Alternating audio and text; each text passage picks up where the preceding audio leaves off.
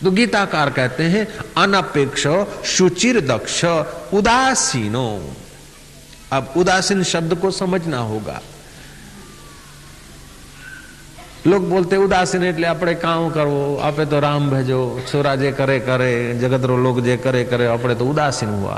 उदासीन का मतलब आलसी नहीं, उदासीन का मतलब पलायनवादी नहीं। उद माना परब्रह्म, परब्रह्म परमात्मा में तुम्हारी वृत्ति आसीन हो, इसका नाम है उदासीन। अनपेक्ष शुचिर दक्ष उदासीनो गत व्यथा। व्यथा से व्यथा चली जानी चाहिए। एक सेठ को 4 बच्चे हैं, 3 तो सुबह उठते हैं जल्दी से और चौथा देर से उठता है। 3 बीड़ी नहीं पीते और चौथा बीड़ी पीता है।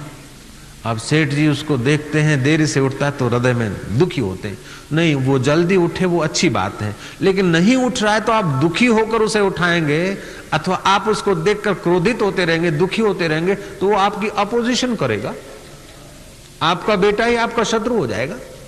गाड़ी में जा रहे हैं और टर्न लेते समय ड्राइवर ने कुछ थोड़ी गलती की और सेठ ने बड़ी बुरी तरह डांटा, बुरी तरह डांटा और डांटते चले गए। बाबा जी ने कहा कि इतना क्यों डांटते? बोले महाराज ये ड्राइवर नालायक है, मैं इसको सुधार रहा हूं। भैया तुम अपना दिल बिगाड़ के इसको सुधारोगे तो ये अंदर से तुम्हारा शत्रु बन जाएगा। दिल बिगाड़ के न ड्राइवर सुधर सकता है, न बेटा सुधर सकता है, न बेटी सुधर सकती है। आपके हृदय को व्यथित करके आप कुटुंबी को सुधारना चाहे तो नहीं सुधरेगा। इसलिए कृष्ण कहते हैं गत व्यथा, व्यथा को ना आने दो, उनको सुधारो सही, लेकिन सुधारने के लिए व्यथित होगे तो वो बिगड़ेगा। आप अपना दिल बिगाड़ के किसी को सुधार सकते हो? असंभव है, क्योंकि सुधारने का साधन ही तो बिगड़ा हुआ है। अनपेक्ष शुचिर दक्ष उदासीनो गत व्यथा अनारंभ। ये आरंभ करूं, ये मिल जाए। सुख के लिए कोई कार्य का आरंभ न करो। सुख लेने की इच्छा से कोई काम मत करो। सुख देने की इच्छा से काम हो जाए तो होने दो, लेकिन सुख लेने की इच्छा मत करो। जो बाहर का सुख लेते हो तो आंतरिक सुख दब जाता है। जैसे बोर में बाहर का पानी डालो तो भीतर के झरने बंद हो जाते हैं, ऐसे ये प्राणी बाहर के सुख की जितनी इच्छा करता है उतना उसका आंतर सुख दब जाता है, गायब हो जाता है। हकीकत में सुख लेने की चीज नहीं, सुख देने की चीज है। आज कुटुंब में देखो तो पत्नी भी सुख चाहती है, पति भी सुख चाहता है, बेटा सुख चाहता है, बहू सुख चाहती है, ननद सुख चाहती है, भाभी सुख चाहती है। सब सुख लेने वाले हो गए, सुख देने के तो कोई इच्छा करता नहीं। तो सब कंगाल भिखारी इकट्ठे हो गए घर में, 6 के 6 भिखारी, 8 के 8 भिखारी। अब भिखारी होंगे तो लड़ेंगे, माल होगा नहीं, खाने को होगा नहीं, झगड़ा ही होगा और क्या होगा। तो सब सुख लेने वाले हो जाते हैं। ना सुख लेने की अपेक्षा नहीं, सुख देने के लिए तुम्हारा प्रागट्य हुआ है। और ये वो एक सिद्धांत है, लॉजिकल सिद्धांत है। जो सुख देता है ना वो सुख का दाता बनता है, और जो सुख का दाता है वो दुखी नहीं हो सकता। जो सुख देता है वो तो सुख का दाता हुआ, दाता कभी दुखी हो सकता है। और एक प्राकृतिक नियम है कि आप जितनी शक्ति और जितना सुख या जितना कल्याण का कार्य आप करते हैं, तो जितना आप करते हैं उतनी और योग्यता समष्टि से आपके द्वारा काम करती है।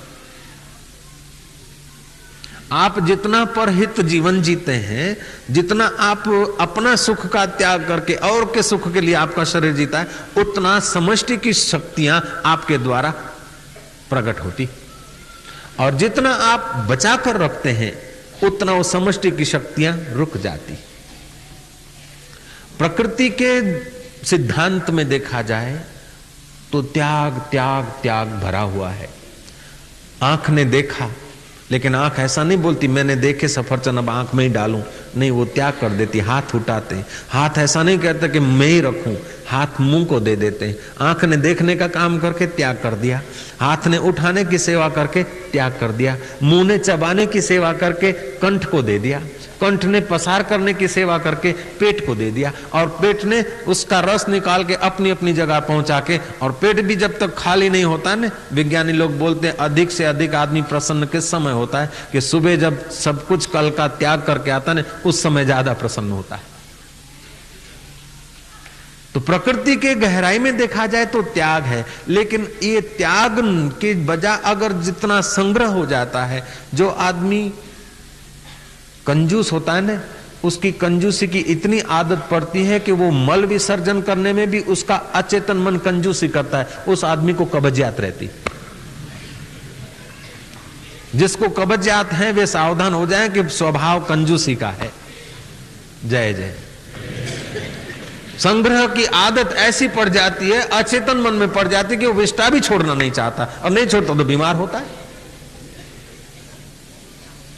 तो प्राकृतिक जीवन में, नैसर्गिक जीवन में देखा जाए तो त्याग। सूर्य इतना चमकता है किस लिए?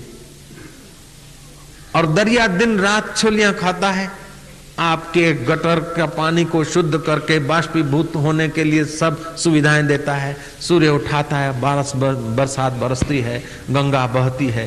एक बार सरिता में और सरोवर में झगड़ा हो गया। सरोवर ने कहा कि पगली, इतना बिलोरी कांच जैसा पानी और तू बहाती हुई गुनगुनाती हुई जा रही है, कहां जा रही जरा तो सोच। ओ खारे खारे समुद्र, कृतघ्न के पास जा रही जो तेरा सब पानी खारा कर देगा। तू जरा थम जा, रोक जा, संभाल, संग्रह कर, काम आएगा। सरिता ने कहा भैया ये मैं सीखी नहीं हूं, मेरा काम बहना है। चाहे गौ पानी पी ले तो भी वही शीतल जल, और चाहे शेर आकर पी ले तो भी मैं विशिला नहीं बनाती हूं। मेरा तो स्वभाव है शीतलता देना। चाहे कोई गंगे हर करे, चाहे कोई उसमें हाथ धो ले, चाहे कोई थूक ले, लेकिन मेरा स्वभाव तो है शीतलता देना, गुनगुनाना और अपनी जीवन की यात्रा करना। सरोवर ने कहा अरे पगली, रख संभाल, देख मैंने कितना इकट्ठा किया है, वो तुझे मुबारक हो। सरिता तो बहती रही, सरोवर ने पानी संभाला। हुआ क्या महाराज, मच्छर होने लगे, मलेरिया का रोग फैला। धीरे धीरे नगर पालिकाओं ने ठहराव किया कि नगर का जो कूड़ा कचरा है ना, उसको भर के बंद कर दो। वो तालाब का पानी तो बदबू वाला हो गया, मछलियां ये वो सब छटपटाती रही, और धीरे धीरे सब। और उधर सरिता क्या क्या हुआ कि सरिता तो बहती रही, फिर बाष्पीभूत होता रहा, फिर पानी बहता रहा, वही ताजे का ताजा। ऐसे जीवन सरिता जैसा हो न तो जीने की मजा आती। जियो, संसार किसी हमारे शत्रु ने नहीं बनाया है, संसार किसी हमारे दुश्मन ने नहीं बनाया, संसार किसी बेवकूफ ने नहीं बनाया, संसार किसी गुंडे ने नहीं बनाया, संसार किसी नालायक ने नहीं बनाया। संसार का मूल कारण तो परमात्मा है, और परमात्मा प्राणी मात्र का हितैषी है। जैसे एक सेठ ने प्रजा के सुख के लिए कुआं खुदवाया, प्रजा के लोग पानी भर के दुआएं देने लगे। अब कोई लड़का उस कुएं में डूब के मर गया, तो लड़के का बाप मोहवश जाकर सेठ जी को डांटने लगा, गालियां देने लगा कि तुमने कुआं खुदवाया मेरे बेटा मारने को लिए। भाई मैंने तो शीतल जल पीकर लोग अपनी तृप्ति करें, विवेक से इसका उपयोग करें, उसलिए मैंने कुआं खुदवाया था। मैंने तो तुम्हारा बेटा मर जाए उसलिए नहीं। बेटा मर गया ये बात खराब तो हुई, दुखद बात तो है, लेकिन मेरा एम ये नहीं था। मेरा एम तो था उसका उपयोग करके लोग शीतलता का अनुभव करें। ऐसे ही भगवान ने संसार रूपी कूप बनाया है, इसमें से सब अनुभव करके असार जानकर अपनी आंतरिक शीतलता की यात्रा करें। लेकिन हम संसार रूपी कुएं में डूब मरे तो इसमें भगवान का क्या कसूर? कई लोग बोलते कि भगवान ने दुनिया ऐसी बनाई क्योंकि हम फंस गए। भगवान ने फंसने के लिए नहीं बनाई, भगवान ने अपने आप में आने के लिए बनाई। कुआं बनाया डूबने के लिए नहीं बनाया, उसका उपयोग करने के लिए बनाया।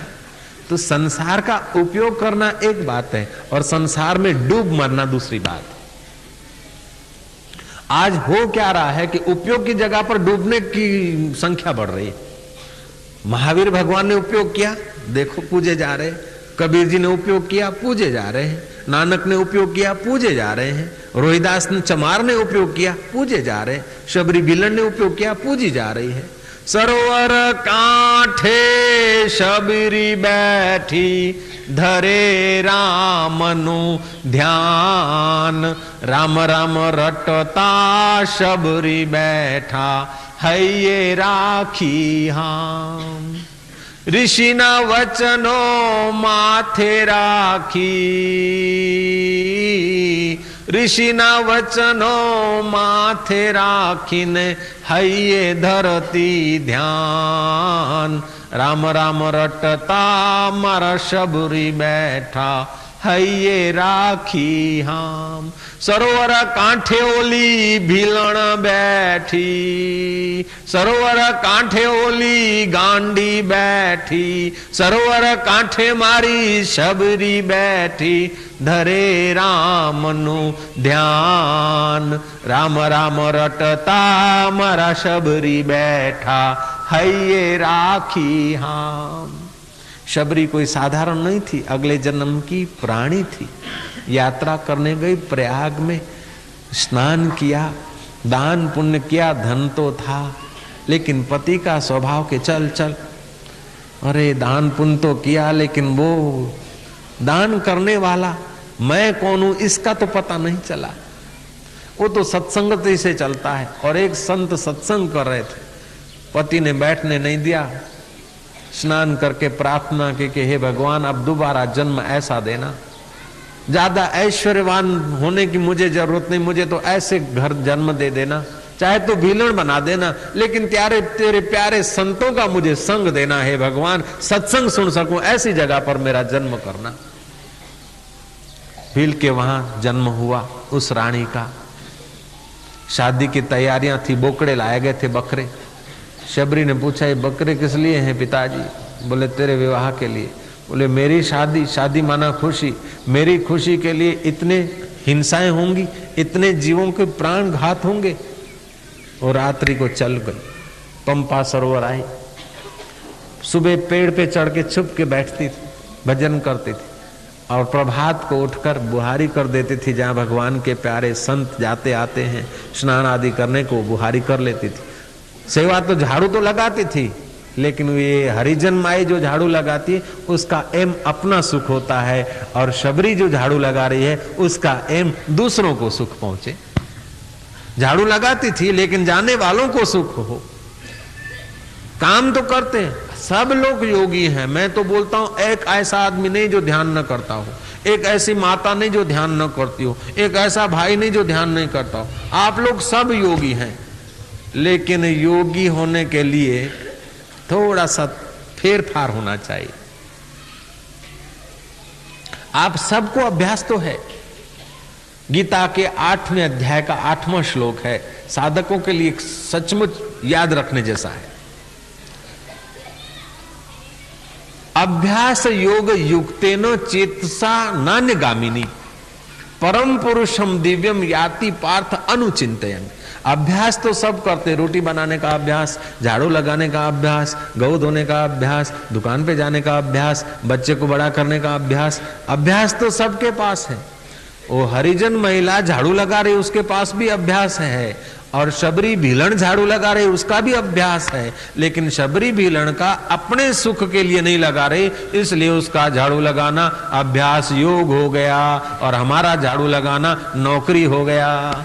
ऐसे कोई महिला भोजन बनाती है और दूसरी भी बनाती, वो तो पति के लिए बना रही, छोरों के लिए बना रही, ये उसका अभ्यास है। लेकिन छोरों में और पति में और छोरियों में मेरा भगवान है ऐसा समझ के बनाती है, अभ्यास योग हो गया। मैंने बताई थी ये बात। ये भाठे जो है ना वो भगवान के हैं, सूरज भगवान का है, जमीन भगवान की है, मिट्टी भगवान की है, तो मिट्टी से बनी हुई ईंट भी भगवान के है। तो घर जो बना किसका बना? भगवान का हुआ।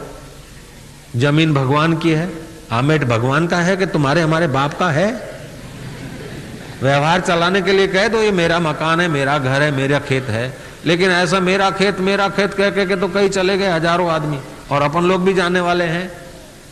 कोई आज गया, कोई कल गया, कोई जावन को तैयार खड़ा। तो ये जमीन भगवान की, सूरज भगवान का, बरसात भगवान की, ईंट भगवान की, चूना भगवान का, लोहा भगवान का, लकड़ भगवान का। आदमी ने थोड़ा बनाया है। भगवान की वस्तुओं में से आदमी ने थोड़ा सा इधर उधर उपयोग करने की कला ले ली। बाकी एक राई का दाना अथवा एक रेती का दाना भी मनुष्य की अपनी कृति नहीं है। तो ये सब भगवान का है। जब घर भगवान का, अन्न भगवान का, तो अन्न खा के जो तन बना वो भी तो भगवान का। तो बेटे भगवान के हुए कि तुम्हारे हुए? बेटे भगवान के, बेटी भगवान की, तो पति किसका हुआ? भगवान का। पत्नी किसकी हुई? भगवान की। भगवान के समझकर अगर उनकी सेवा करते हो तो तुम्हारा योग हो जाता है कर्म योग। लेकिन मेरा बेटा, मेरी पत्नी, मेरा पुत्र, मेरा मेरा मेरा मेरा मेरा मेरा मेरा करके हमारा अपने आप को मारा, हमको मारा हमारा।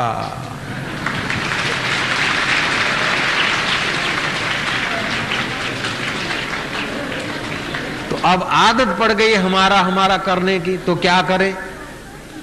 आदत पड़ गई है हमारा करने की, और हमारा करके अगर बच्चे को सुधारोगे ना, इतना नहीं सुधारेगा।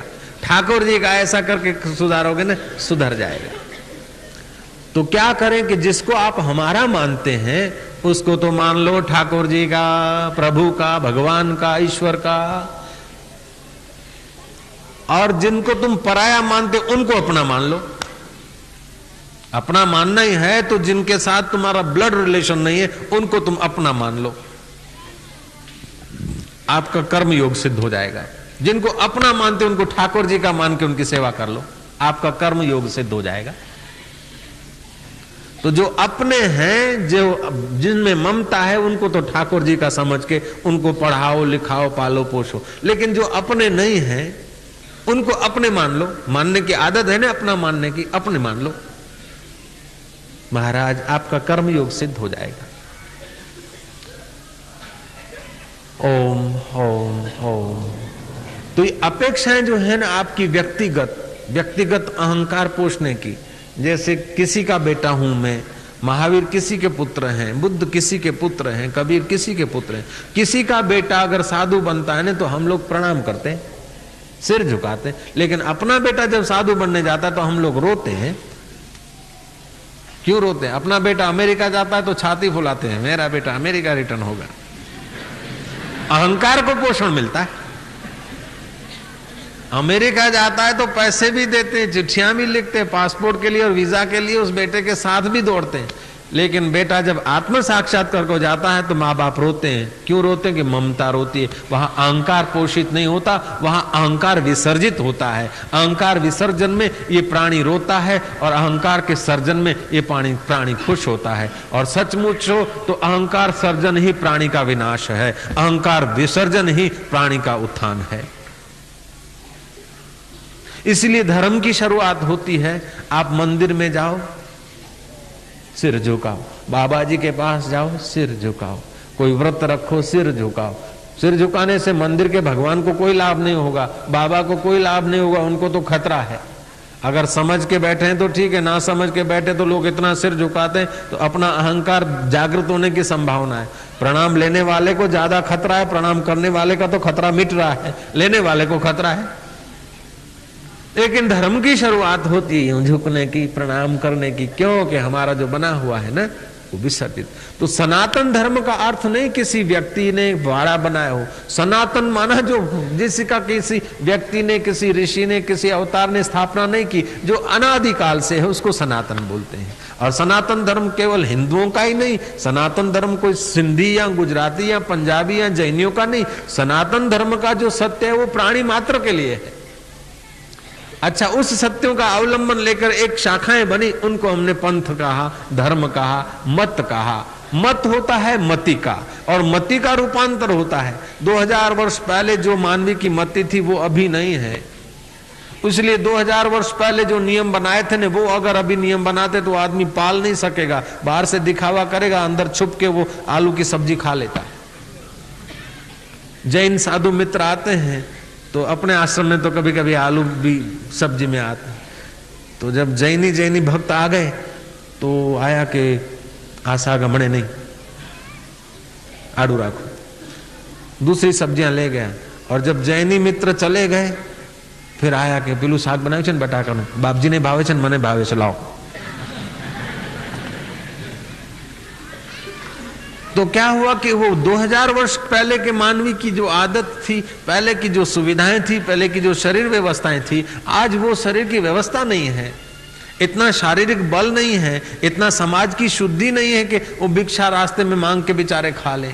इतना शारीरिक व्यवहारिक सामाजिक नियम 2000 वर्ष पहले जो नियम बने हैं वो मत, उस वक्त का मत वो अच्छा था, लेकिन अभी के आदमी की योग्यता देखकर कुछ फेरफार को स्वीकृति देनी पड़ती। तो मत होते हैं मति के, और मति बदलती रहती है, मति बदलती रहती है। मति प्रकृति की चीज है। मति शुद्ध हो सकती है, मति अशुद्ध हो सकती है, मति ऊंची हो सकती है, मति नीची हो सकती है, लेकिन इन मति को जो देखने वाला है वो वही का वही रहता है। उसको बोलते सनातन। मति को जो देखने वाला है, जो मेरी मति को देख रहा है वही बुद्ध की मति को देख रहा है, जो मेरी मति का साक्षी है वही महावीर की मति का साक्षी है, वही कबीर की मति का साक्षी है, जो सब मतियों का आधार है, साक्षी है और सदा है, और पहले भी था। मतियां नहीं थी, मतियां बदली, मतियां प्रकट हुई, कम हुई, ज्यादा हुई, उसके पहले जो था उसको बोलते हैं सनातन। जय जय। तो अब क्या होता है कि हम लोगों की मति नेरो होती है ना, कि हम तो सनातनी हैं, वो बोलता हम जैनी है, बोला हम ईसाई है, बोला हम पारसी हैं। अरे तुम पहले सनातन सत्य हो, बाद में जैनी मान लो थोड़ी देर के लिए, सिंधी मान लो थोड़ी देर के लिए, पंजाबी मान लो थोड़ी देर के लिए। हमारा शरीर सिंध जगत में पैदा हुआ था, मेरे पिताजी नगर सेठ थे और झूलेलाल हमारे इष्ट थे। तो वो तो जन्मजात उनके बहुत चमत्कार, जैसे भगवान श्री कृष्ण का पूतना को ये करना, ऐसे मूर्ख बादशाह को ये, वो बहुत लंबी कहानी कथा है। एक